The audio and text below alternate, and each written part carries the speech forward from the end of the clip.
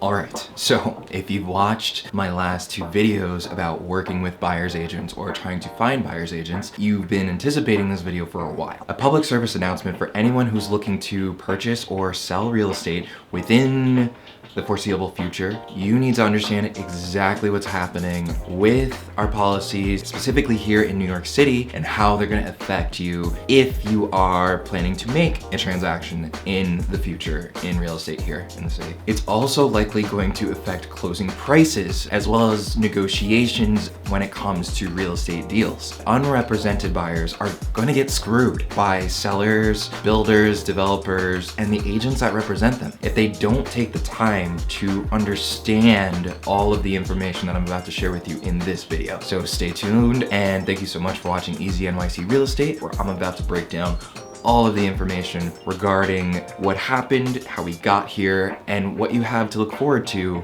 in New York City real estate going forward. So you may or may not be aware of the class action lawsuit that was the Setzer-Burnett case with NAR and all of the details around that affected essentially the processes of how buyers and sellers engage with their real estate agent. Just last year, the implications of this judgment and the settlement around the lawsuits happening and taking place have already influenced the way that real estate companies are working and training their agents in how to interact with buyers and sellers going forward, especially when it comes to paperwork and the information that you might be signing up front before engaging in a transaction process. I do also believe that this is going to affect the way real estate is priced out by sellers going forward, but I'm gonna save those details for a future video. By the way, I'm explaining all of this information in the best way possible based on my understanding and what it is here in the city. If you're transacting outside of New York or even outside of the 5 boroughs, it may be different for you. None of what I'm saying should be construed as legal advice or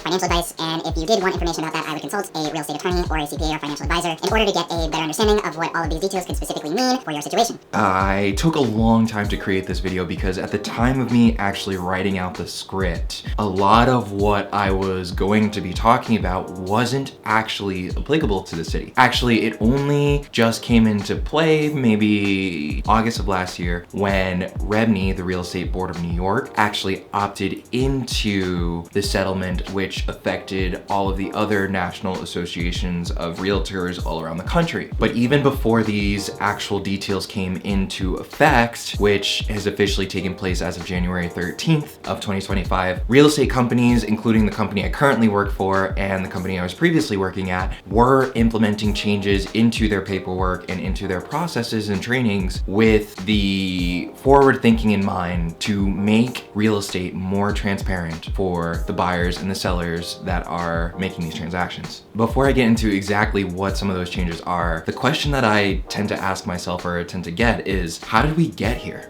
What are these lawsuits even really about? So the major topic in the Setzer-Burnett case was around misrepresenting how buyers agents are being compensated. The general question from the enactors of this lawsuit was, why am I paying a buyer's agent to do work when I'm already paying a seller's agent to help me with this transaction and work for me on my behalf? Essentially expressing that the seller had no choice in the manner of whether or not they wanted to compensate the buyer's agent in the transaction, especially when they already do have the seller's agent working on their side. These kind of questions lead to even further questions around antitrust practices and steering, which is very illegal for real estate agents to do, but to my knowledge, wasn't actually part or the focus of these lawsuits in the first place. Let's break this down. Traditionally, you may have heard, if you were a buyer engaging with a buyer's agent, something along the lines of,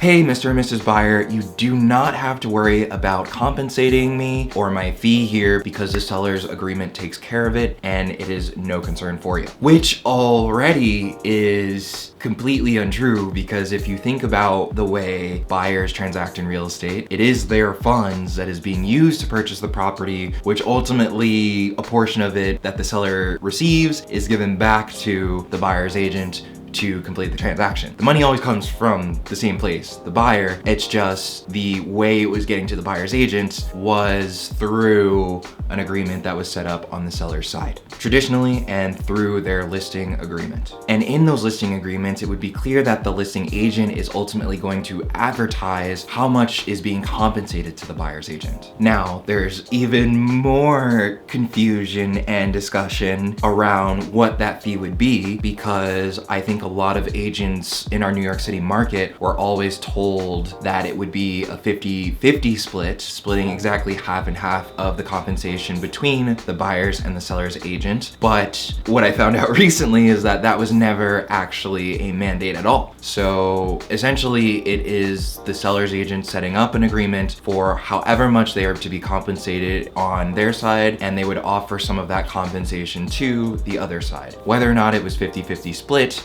was completely up to the seller and their seller's agent. Now, this amount, however much it was for either side, was always negotiable, but it was never really expressed as such from those sellers' agents to the sellers who were signing their agreements. And to make matters worse, and where I think this becomes the issue of the lawsuit itself, is that most agents were saying that they have a preset determined amount, which is usually 6%, in which they were asking from these sellers because this was the standard of the industry, when the truth of the matter was this amount was always negotiable. Most brokers were advising essentially their agents to demand 6% as if it was a standard, rather than coaching the agent into really making sure that their value proposition is understood by their buyers and sellers, and really showing them why they should be compensated the amount in the first place.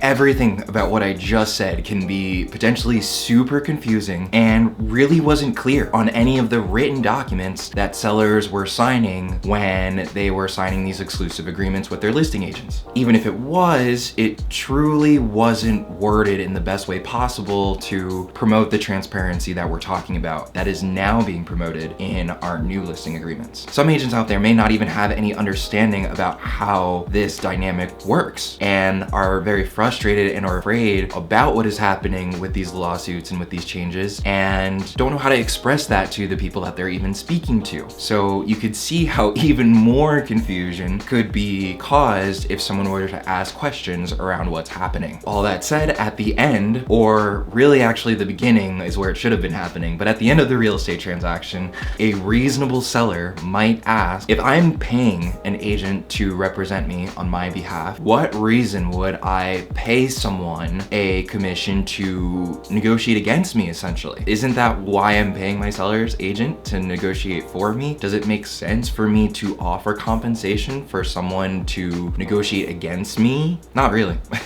I'm paying for a service by the professional I hired, and that's all I should be liable for. I'm gonna tell you the traditional answer, which you should never ever hear again, which is, well, by compensating a buyer's agent, essentially what you're doing is incentivizing those buyer's agents to show your properties to their clients. And if you weren't to cover a buyer's agent's compensation at all, then they would be less likely to share that information about that home with their clients because they know they're not going to get paid off of it.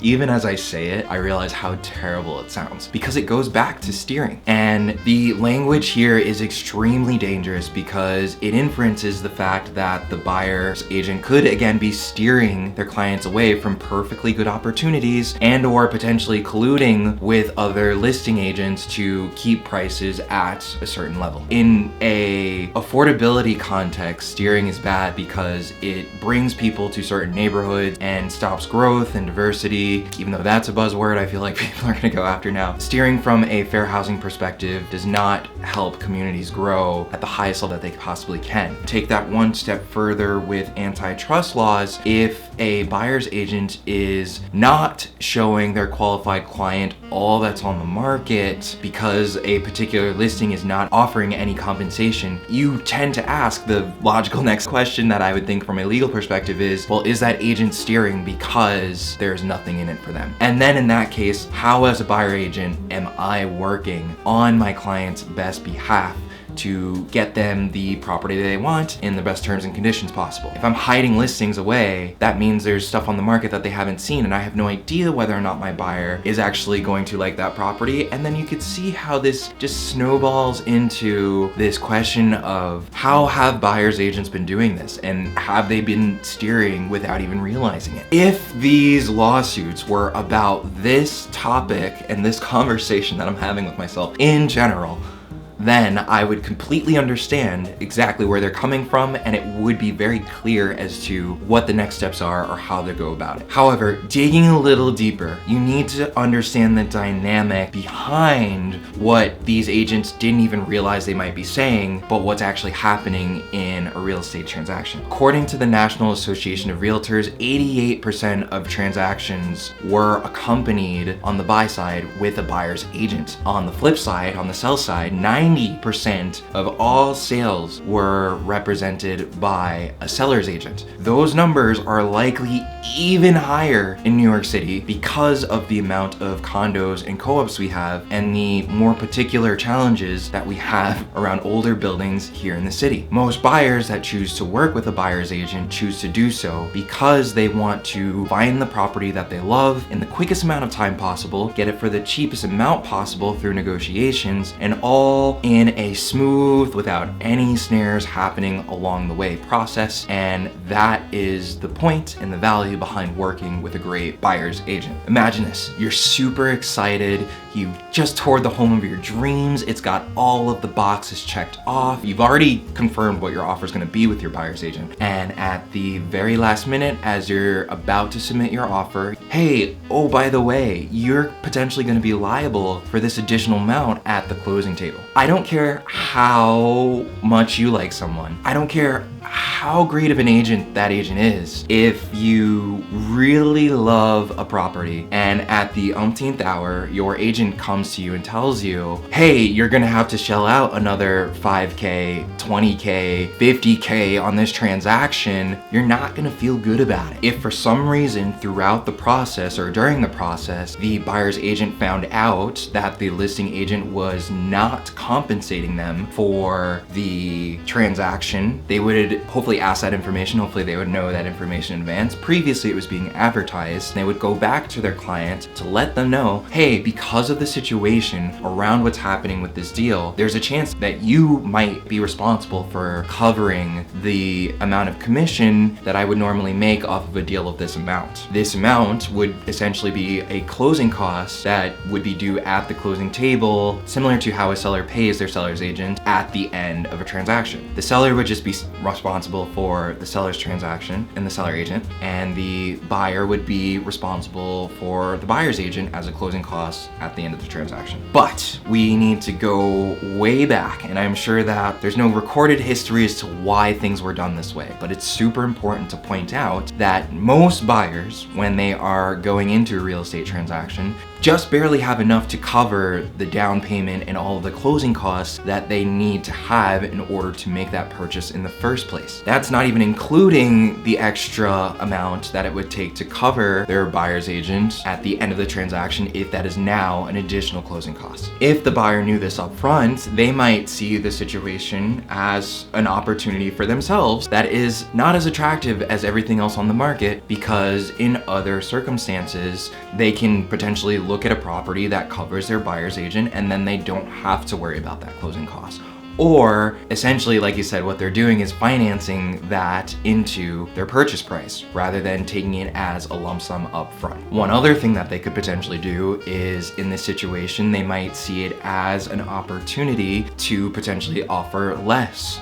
to essentially see if the difference in amount that they now can use as compensation for their agent, the seller would be open to accepting. What I just described to you is a perfect example of new negotiation tactics that are going to be introduced in real estate transactions going forward that weren't previously discussed between buyers and sellers when transacting real estate, especially in New York City. But a great buyer's agent and a great seller's agent are gonna take the time out to explain these details to their clients and show how adjusting how much you're offering on either side or how much you are collecting or working for upfront will affect the process, and also what kind of service or what kind of value you're getting from that agent before you begin working with them for your transaction. But with new guidelines comes new opportunities for great buyer's agents and great seller's agents to take the time out up front to explain these details to new clients and buyers and sellers so that they understand how different strategies can affect their pricing, can affect the offers that they're receiving, and even affect the negotiations throughout their entire transaction. In the past year, I've already seen multiple buyers show up to my open houses and showings alone with the mindset of them getting a discount off of the properties that they're visiting just because they're not being represented by a buyer's agent. That sort of thinking can be very dangerous, especially when you're making the largest transaction of your life. All that being said, with these new policy changes that have officially gone into effect as of January 13th, and even before then for me, we are now having these conversations up front with buyers and sellers to let them know and understand exactly how working with an agent works and how they're compensated for what they're doing in the process. The language in our agreements is now very much so clear on how buyers' agents are being compensated from the sellers, and from a buyer's